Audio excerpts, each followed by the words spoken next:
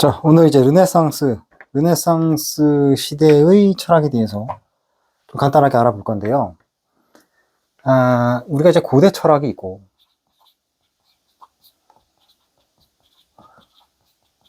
그 유럽에서 고대 철학, 서양에서 고대 철학은 이제 그리스 로마겠죠.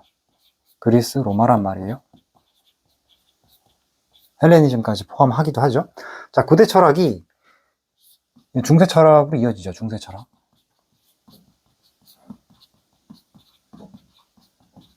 중세 철학으로 이어지고, 중세 철학의 핵심은 뭐예요? 철학. 철학이 종교, 그의 신형화. 이렇게 되었다. 종교적 믿음, 신의 존재, 이런 것들을 증명하기 위해서 인간의 이성적인 활동인 철학이 신형화, 도구화된 그런 시절이었죠. 그러다가 이제 근대 철학이라고 이야기합니다. 근대. 그 다음에 현대 철학이 되겠죠. 현대 철학. 근대와 현대 사이에 근세 철학을 두기도 합니다. 자, 그래서 시대 구분론이 이제 이렇게 되게 되겠는데, 우리가 저번 시간까지 중세 철학을 완성했기 때문에 오늘 볼 거는 근대 철학인데요. 보통 우리가 14세기, 15세기, 16세기를 거쳐서 르네상스와 휴머니즘이다라고 이야기를 합니다. 르네상스 시대라고 이야기를 하거든요. 르네상스 시대다라고 이야기를 합니다. 르네상스. 그 다음에 종교개혁의 시대다, 이렇게 이야기를 하죠. 종교개혁. 프로테스탄트라고 이야기하죠. 그래서 이러한 시대적 특징을 갖는다. 이렇게 볼 수가 있겠습니다. 그래서 르네상스와 종교개혁 이후에는 이제 대항해 시대가 열리게 되고, 대항해 시대, 그 다음에 과학혁명이 되죠. 그래서 철학이 종교로부터 다시 독립해 나와서 철학이 삶의 문제, 구체적인 인간의 문제를 탐구하기 시작한 시점이 바로 르네상스와 종교개혁의 시대다. 이렇게 볼 수가 있겠습니다. 그래서 크게 시대 구분론을 하나, 둘, 셋, 네 개로 나눠서 보면 우리가 이제 근대 철학을 들어가는, 이번 시간부터 근대 철학에 대해서 알아볼 시간이다라는 거죠. 자, 그러면 어디까지나 이제 서양 철학사니까, 그리고 철학이라고 하는 것은 역사적인 배경 맥락을 백그라운드로 해서 탄생한 것이니까, 르네상스라고 하는 것이 어떤 그 특징을 갖고 있는지, 르네상스 14, 15, 16세기가 중세화는 어떤 면에서 다르기 때문에 르네상스 시대라고 이야기를 하는 것이냐, 한번 알아볼 필요가 있겠죠. 자, 그래서 르네상스라고 하는 말은, 르네상스, 부활이라는 의미입니다. 부활. 그럼 뭘 부활을 한다는 얘기겠습니까? 고대 철학의 부활이에요. 고대 예술, 고대 사상, 고대 문예의 부흥이죠. 고대 그리스, 로마, 문화, 문학, 예술의 부활이에요. 그러면 왜 부활이라는 말을 썼을까요? 왜 부활이라는 말을 썼을까요? 중세 때에는 모든 것들이 다 신앙의 뒷받침을 위한 수단이었단 말이에요. 그러니까 중세 시대가 끝나고 나서야 비로소 다시 원래 고대 철학이 탐구했었던 인간의 문제, 삶의 문제, 그리고 우주의 문제를 다시 고민하기 시작했다는 것이죠. 그래서 우리가 뭐라 그런다? 고대 그리스 로마 문화의 부활이다. 그래서 르네상스라고 이야기를 하고요. 이 시대를 우리가 르네상스 인문주의다, 혹은 휴머니즘이다, 이렇게 표현하기도 합니다. 왜 이렇게 표현을 할까요? 이렇게 표현하는 이유는 신 중심에서 다시 인간 중심으로 내려온 거죠. 관심의 영역이 신앙 중심에서 종교, 믿음의 영역, 신의 은총이라든지 뭔가 형이상학적인 신의 어떤 계시라든지 이런 부분에서 인간의 세속적인 영역으로 관심의 틀이 다시 내려온 것이죠. 그래서 인문주의다, 휴머니즘이다, 이렇게 표현을 하기도 합니다. 그래서 신에서, 관심의 영역이 신에서 다시 인간 중심으로 전환되었다라는 것이죠. 그래서 우리가 부활이다, 이런 의미에서 부활이다라고 이야기를 합니다. 르네상스는 로마가 있었던 이탈리아, 특히 피렌체를 중심으로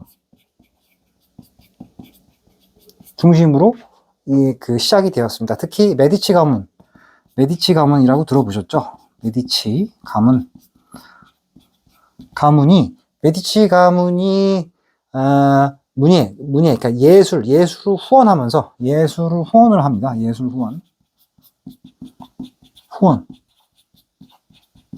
후원을 하면서 처음에는 고대 그리스 로마의 예술 양식을 따라하고 발굴하는 거에서부터 시작을 했어요. 그러니까 처음에는 별거 아닌 것처럼 시작을 했는데 이것이 거대한 사상적인 큰 전환의 어떤 시발점이었었다라는 것이죠.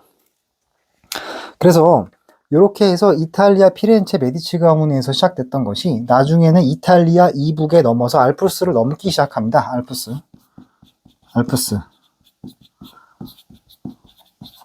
북이탈리아. 그리고 유럽 전역에 이르기까지 퍼져나가고, 그것이 이탈리아에서는 르네상스가 문예 부흥의 성격을 띄었지만 북부 유럽으로 가게 되면 북부 유럽에서는 어떤 형식으로 나타나느냐, 아까 앞에서 이야기한 종교개혁의 모습으로 나타나는 거예요.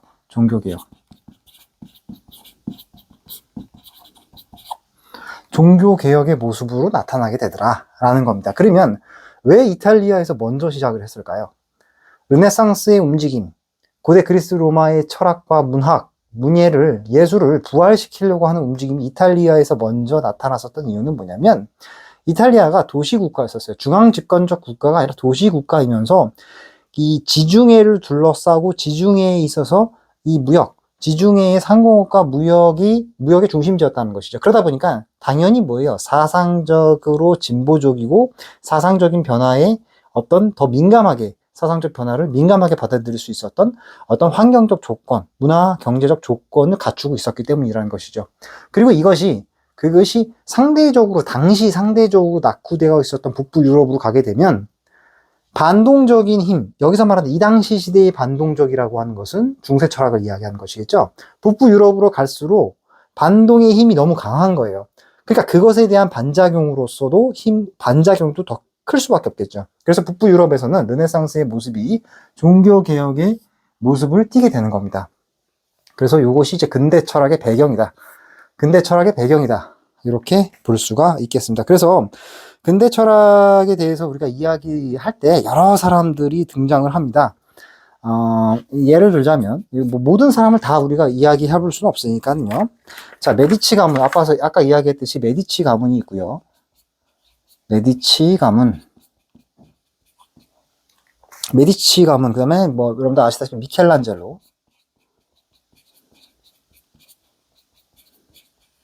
그 다음에 레오나르도 다빈치가 나오게 되죠. 레오나르도 다빈치.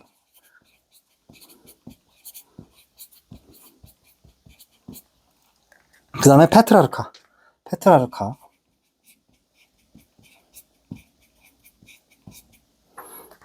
그 다음에 미란둘라라는 사람이 있습니다. 미란돌라.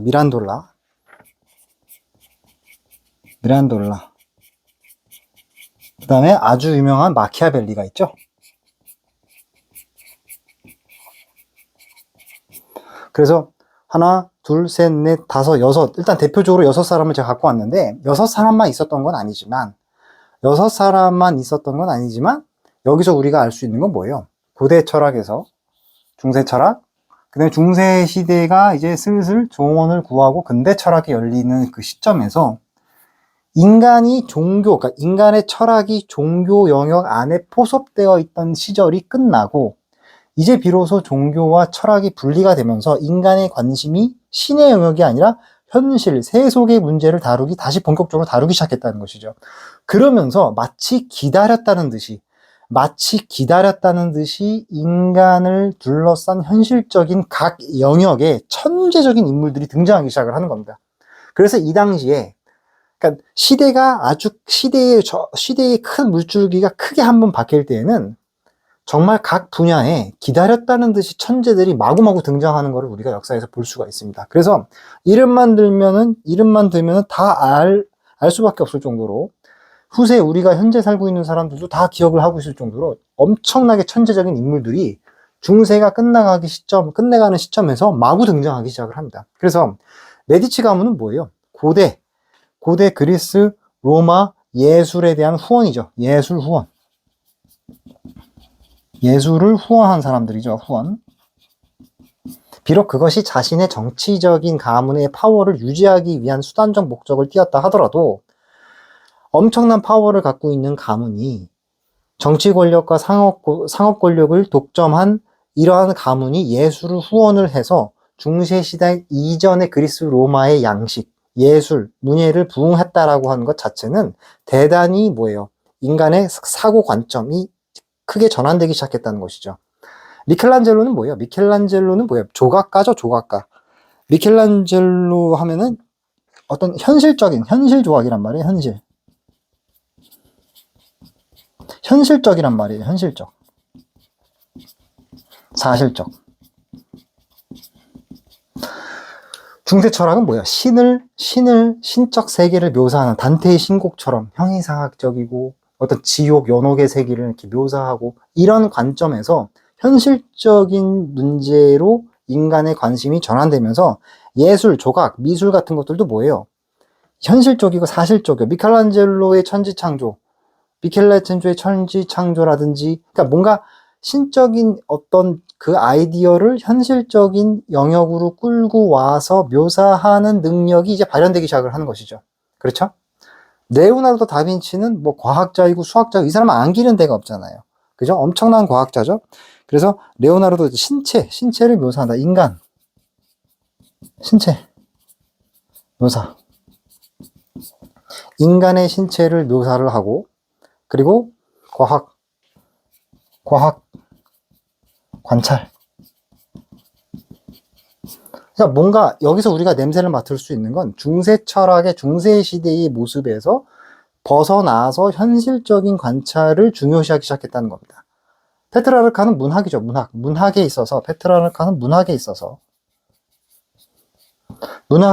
인간, 그 당시 중세 시대에서는 터부시했었던 인간의 감정, 정서, 걱정, 이런 것들을 묘사하기 시작을 합니다. 이런 것들을 묘사하기 시작하죠. 미란돌라는 어떤 사람입니까? 미란돌라는 인간의 주체성에 대한, 인간의 자유, 주체성을 강조합니다. 그래서 미란돌라가 이렇게 이야기를 해요. 이 서양에서 오래된 전통 중에 하나가 인간의 위치를 신과 천사와 인간과 동물과 어떤 식물, 이런 사물, 이런 것들의 위계 질서를 설정하는 방식을 서양에서는 옛날부터 그 플라톤, 아리스토텔레스 이후에 계속해서 발전시켜 오거든요. 그래서 미란돌라의 주장은 이런 거예요. 신이 맨 위에 있고 그 밑에 천사가 있죠. 위계적이란 말이에요. 위계적이에요. 인간이 여기 가운데에 위치한다. 그리고 동물이 있고, 그 다음에 식물이 있고, 그 다음에 사물이 있잖아요. 이러한 존재들의 위계를 만드는 게 서양 철학의 아주 오래된 전통인데, 우리 인간만이 갖고 있는 고유한 특성은 인간은 선택할 수 있다는 거예요. 인간은 의지가 있다는 거예요. 인간은 자유가 있다는 거예요. 어떤 자유?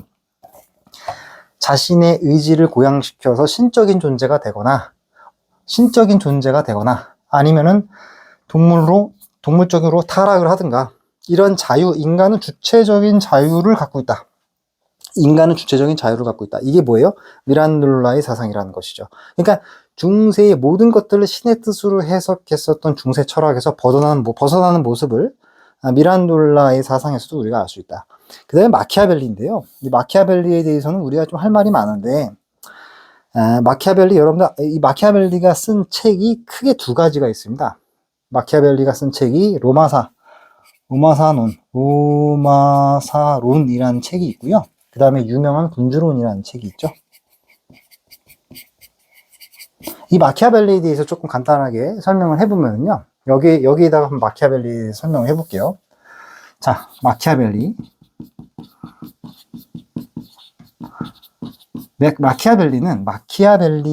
마키아벨리가 갖고 있는 고유한 어떠한 철학이 있겠죠. 특히 정치 철학이 있어서 아주 고유한 사상을 주장을 했기 때문에 역사책에 이름을 남겼습니다. 마키아벨리가 쓴 책은 로마사론, 그다음 군주론이라는 책인데요.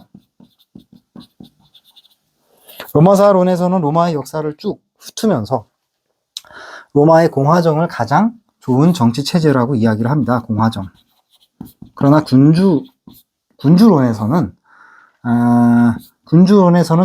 전제와 군주제를 옹호하는 듯한 군주제의 필요성을 옹호를 하거든요.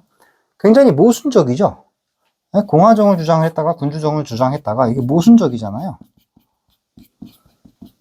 근데 이거는 이제 마키아벨리가 살았던 시대를 조금 우리가 역사를 공부를 해보면 인간적으로 이해해 볼 수 있는 영역이 있긴 있습니다. 그러니까 마키아벨리가 살았던 시대는 내부의 여러 가지 정치적 투쟁, 메디치 가문을 포함해서 교황의 권력과 세속 정치 권력과 심지어는 외국 세력과의 어떤 문제, 이런 것들이 겹쳐지면서 대중들이 이 사람을 지지했다 저리 지지했다가 왔다 갔다 하고, 그리고 정치적인 불안정성, 도시국가의 피렌체의 정치 권력이 굉장히 불안정한 상황이었단 말이죠.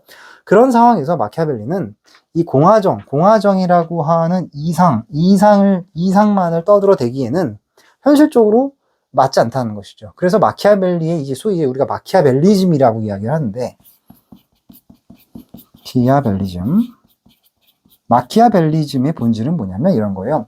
어떠한 이상적인 목적을 추구를 한다 하더라도 그 이상적인 목적을 추구하는 정치 과정으로서의 수단은 때로는 윤리적이지 않을 수 있다. 아니, 오히려 더 나아가서 윤리적이면 안 된다까지 이야기를 하는 사람이죠. 마키아벨리는 이제 그렇게 이야기를 하는 사람입니다. 그래서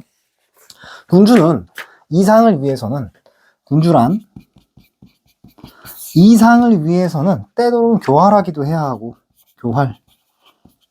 사악하기도 해야 되고, 공포정치도 해야 되고, 아주 잔인하기도 해야 되고, 그리고 눈속임도 해야 된다. 상대방을 기만하기도 해야 된다. 뭐 이런 이야기들을 해요. 현실 정치의 문제는 이상은 아름답지만 현실은 폭력적이라는 거죠. 그러한 시대에 마키아벨리는 또 살았습니다. 그렇기 때문에 비록 이상은 평화롭지만 현실 정치는 매우 폭력적이기 때문에 군주는 때에 따라서는 교활하기도 하고 사악하기도 해야 된다라는 것이죠. 그래서 때로는 도덕으로 자신의 의지를 포장하기도 해야 된다. 그래서 기만 전술을 강조하기도 했고요. 그래서 이러한 마키아벨리즘의 이 중요한 아이디어는 뭐냐면 이상과 현실 정치의 수단의 문제를 분리시킨 거예요. 정치적인 수완을 발휘해야 하는 군주는 때로는 비도덕적이고 비윤리적이기까지 해야 된다는 것이죠. 그래서 이것이 나중에 이제 그 헌법학에서 칼젠이라는 사람이 국가 지도자의 통치 행위는 사법적 판단 대상이 되지 않는다. 이런 논리로까지 연결되는 측면이 있거든요. 그러니까 마키아벨리즘의 이야기했었던 것은 결론은 뭐다? 군주제, 이상과 현실을 분리시킴으로써 현실 정치에 있어서의 그 잔혹함에 대해서 정확하게 직시했다는 것이죠. 그러니까 이것은 뭐예요? 중세 철학에서 다분히 인간의 세속적인 정치 권력 문제를 현실적으로 다뤄낸 그런 사람인 것이고, 마키아벨리가 이야기했었던 이러한 입장에서 현실 정치의 문제도 현실적인 정치의 이상을 추구하기 위한 수단적인 방법으로서의 이런 아주 그 잔혹한 방법들이 정당화되는 측면이 있다라고 이야기한 것이죠. 그래서 마키아벨리가 사상적으로 발견해낸 이런 측면들이 있다라는 겁니다. 그래서 좀 너무 장황하게 좀 말이 길어졌는데, 정리하겠습니다.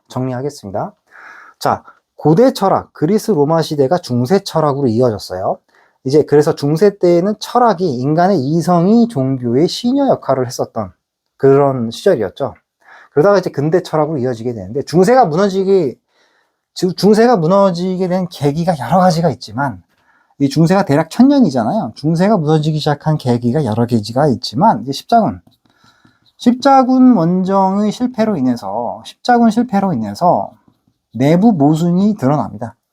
내부의 모순이 드러나고 어떤 중세 신앙, 믿음이라고 하는 것이 현실 정치의 문제, 현실 군사의 문제를 해결할 수 없다라고 하는 내부 모순의 문제가 드러나고, 그 다음에 이제 흑사병을 이야기를 안 할 수가 없습니다. 흑사병을 통해서 정확한 통계는 없지만 거의 절반 이상의 사람들이 죽거든요. 그러니까 당연히 중세 시대의 주류 사상이었었던 신앙과 신에 대한 믿음과 존재에 대한 믿음, 이런 것들이 흔들릴 수밖에 없겠죠. 그런 사상적인 배경 맥락 속에서 근대 철학이 탄생을 하더라. 근대 철학은 어떤 철학이었더라? 14세기, 15, 16세기에 처음에는 르네상스의 모습을 보였다. 그러나 이것이 나중에는 종교 개혁으로까지 이어지고, 더 나아가서는 인간과 인간을 둘러싼 자연에 대한 관심으로, 신에 대한 관심이 인간과 자연에 대한 관심으로 이어지면서 대항해 시대가 열리기 시작을 했고, 과학혁명으로까지 이어지게 되었다라는 것이죠. 자, 그래서 르네상스는 부활이라고 하는 의미이지만 어떤 부활이다? 그리스 로마의 문학, 예술 이런 것들의 부활로 시작을 했다. 그래서 관심의 중심이 신 중심에서 다시 인간, 세속 중심으로 전환되는 걸 이야기하더라. 그래서 처음에는 이탈리아 피렌체에서 메디치 가문의 후원을 입은 예술가들의 예술 활동, 그리스 로마 양식을 부활시키는 예술 활동으로 시작을 했지만, 이것이 알프스를 넘어서 낙후되어 있었던 당시 유럽 전역, 특히 북부 유럽으로 가면서부터는 어떤 모습을 띠게 되더라? 종교개혁의 색채를 띠게 되더라. 그래서 르네상스가 종교개혁으로까지 이어졌다라는 겁니다. 그래서 대표적인 사람들 우리가 여섯 명의 사람을 우리가 이야기를 해봤고, 6명 사람들, 이 천재적인 사람들의 등장할 수 있었던 배경이 뭐다? 신 중심에서 인간 중심으로 다시 철학의 관심사가 전환되었다는 것이죠. 그래서 대표적으로 우리가 미란돌라라는 사람과 마키아벨리에 대해서 이야기를 해봤다 라고 하는 것이고요. 마키아벨리에 대해서 조금 더 첨언을 하자면, 마키아벨리의 핵심 사상은 뭐다? 정치적 이상과 그 이상을 추구하기 위한 정치적 수단이라고 하는 것은 분리될 수밖에 없는 것이다. 정치적인 이상의 달성을 위해서 정치적 수완을 발휘해야만 하는 군주는 때로는 무자비하고 폭력적이고 교활하기도 하고 자신의 행동을 도덕적으로 포장하고 기만하기도 해야 된다. 이러한 모습을 우리가 뭐라 그런다? 마키아벨리즘이라고 이야기한다는 것이죠. 자, 그래서 오늘은 이제 근대 철학, 중세에서 근대로 넘어가는 근대 철학의 모습과 배경에 대해서 간단하게 살펴봤고요. 다음 시간에는 르네상스에 대해서 알아봤으니까 이제 종교개혁에 대해서 간단하게 알아보도록 하겠습니다.